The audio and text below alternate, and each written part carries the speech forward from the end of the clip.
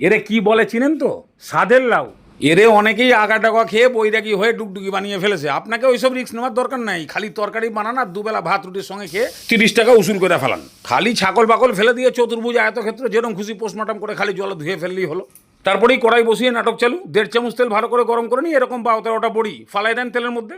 নাড়াচাড়ি করলেই 3-4 মিনিটের মধ্যে বড়ির বডিতে খাপছাড়া খাপছাড়া কালো ট্যাটু হয়ে যাবে। বাস এবারে তুলে ফেলান। কড়াইয়ের তলদেশ তো একদম খাঁ খাঁ করতেছে। আরও 2 চামচ তেল দিয়ে তেল তেলে করে নিয়ে এরকম পিরামিড কাটিং ছোট ছোট আলু একটু ভালো করে ভেজে ফেলান। এরকম টাইপের ভাজা হয়ে গেলে এর আর কড়াই থেকে তোলার দরকার নেই। খালি ধাক্কা মেরে মাঝখানে একটু জায়গা করে নিয়ে অল্প করে জিরে, একটুখানি সর্ষে, 2টো শুকনো লঙ্কা আর একটুখানি কারি পাতা, এগুলোরে একটুখানি খালি আলুর সঙ্গে ভেজে নিয়ে বাস এবারে 1 চামচ মতন আদা কাঁচা লঙ্কা বাটা, এইটাকেও মাত্র 1 মিনিট খালি আলুর সঙ্গে একটু লেগে গেলেই বাস এবারে সেই পোস্টমর্টম করা লাউ। এইবার রং আর স্বাদ বাড়ানোর জন্য ওপরে আন্দাজ করে হলুদ আর পরিমাণ মতো নুন ভালো করে একবার মিশিয়ে দিলেই সাদা লাউ যখন বাসন্তী কালারের হয়ে যাবে বাস এবারে 7-8 মিনিটের জন্য মিডিয়াম ফ্লেমে ঢাকনা। দেখবেন তখন যত জল এতদিনে খেয়েছিল সব গল গল করে বার করে দেবে। এই সময় বেশ খানিকটা ধনেপাতা কুচি, 4-5টা কাঁচা লঙ্কা, একটু মিষ্টি মিষ্টি হওয়ার জন্য চিনি ভালো করে এগুলোরে মিশিয়ে দিয়ে এবারে ঢাকনা দিয়ে 95% সিদ্ধ হওয়ার জন্য হাঁ করে বসে থাকেন। যখনই দেখবেন লাউয়ের সাদা রং মুছে গিয়ে এইরকম ট্রান্সফার রঙের হয়ে গেছে মানে লাউ মোটামুটি সিদ্ধ।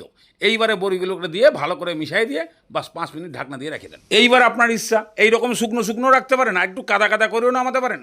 তবে যাই করেন না কেন নর্মালের মধ্যে এত সুন্দর খেতে লাগে না, রুটি ভাত যার সঙ্গেই খাবেন না কেন একদম মন ভরে যাবে।